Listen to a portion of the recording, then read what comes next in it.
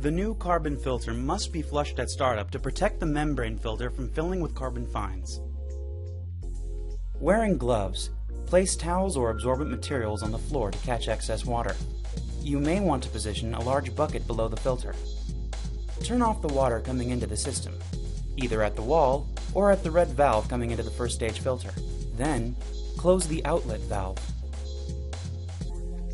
Open the flush drain valve and isolation valve on the wall unit to relieve the water pressure from the filtration system. Note the location of the instructions and the filter wrench on the wall unit. Remove the filter wrench from the bag and place it onto the second filter housing and rotate it clockwise by pulling it from right to left. Once the filter housing is loose, put the filter wrench away and continue removing the filter housing by hand. The filter housing may be heavy when filled with water.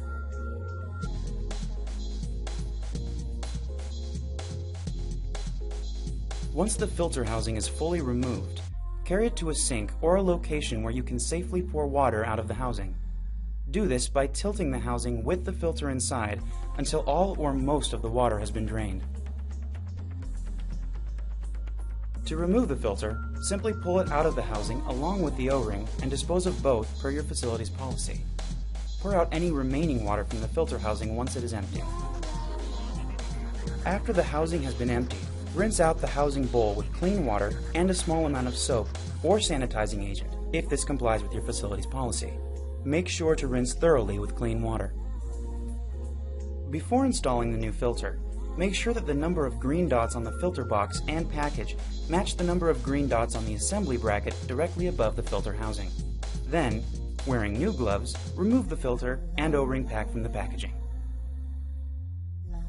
First, remove the new O-ring and lubricant from the packaging using scissors.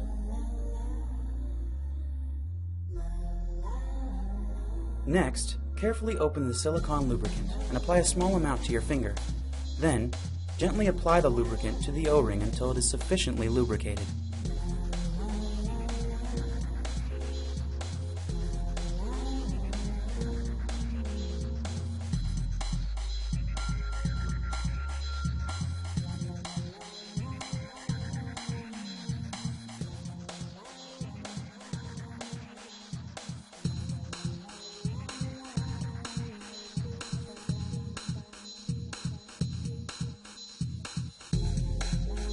Install the lubricated O-ring as shown.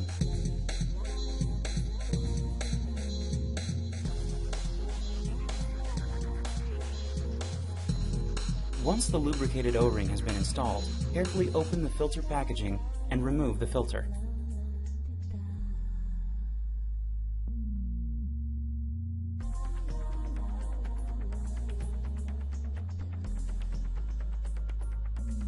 Insert the new filter into the housing, making sure to position the core of the filter over the post in the bottom of the housing.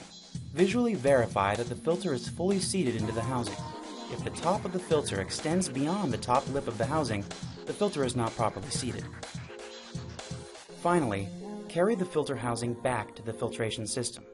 Carefully position the filter housing into the filtration system and begin small rotations to start threading the housing into the housing cap.